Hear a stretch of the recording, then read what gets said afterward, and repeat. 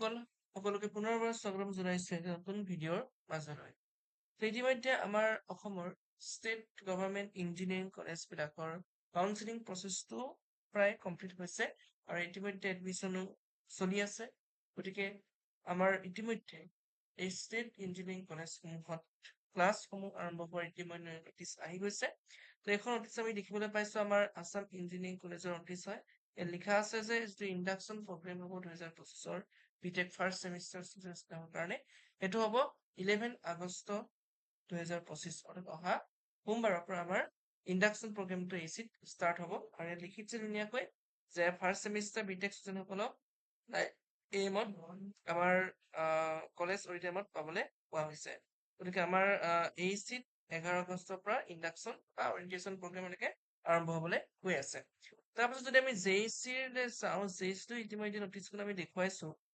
তাতো গোটেইখিনি বস্তু লিখা আছে। শেষত এটা পইণ্টত দিয়া লিখিছে জেইচিত যে first year orientation program schedule কৰা হৈছে। এইটো ইয়াত লিখা আছে 11 আগষ্ট। অৰ্থাৎ জেইচিটো এইধৰণে এচিৰ নিচিনাকৈ 11 আগষ্টতে আমাৰ অৰিয়েণ্টেশ্যন আৰু ইণ্ডাকশ্যন প্ৰগ্ৰামটো আৰম্ভ হ'ব। গতিকে এইধৰণে আমাৰ ইতিমধ্যে জেইচিৰ নটিচ আহিছে আৰু বাকী ইঞ্জিনিয়াৰিং কলেজবিলাকতো হয়তো আমাৰ 11 আগষ্ট 12 আগষ্ট এনেকুৱাবিলাকৰ পৰাই আৰম্ভ হ'ব আমাৰ বিটেক ফাৰ্ষ্ট ছেমিষ্টাৰৰ কাৰণে যিটো ইণ্ডাকশ্যন বা অৰিয়েণ্টেশ্যন প্ৰগ্ৰেম। গতিকে আজি ভিডিঅ'ত আমি ইমানে আলোচনা কৰিলো। তো ইতিমধ্যে আমাৰ ক্লাছবিলাক আৰম্ভ হোৱাৰ নটিচ আহি গৈছে। ধন্যবাদ।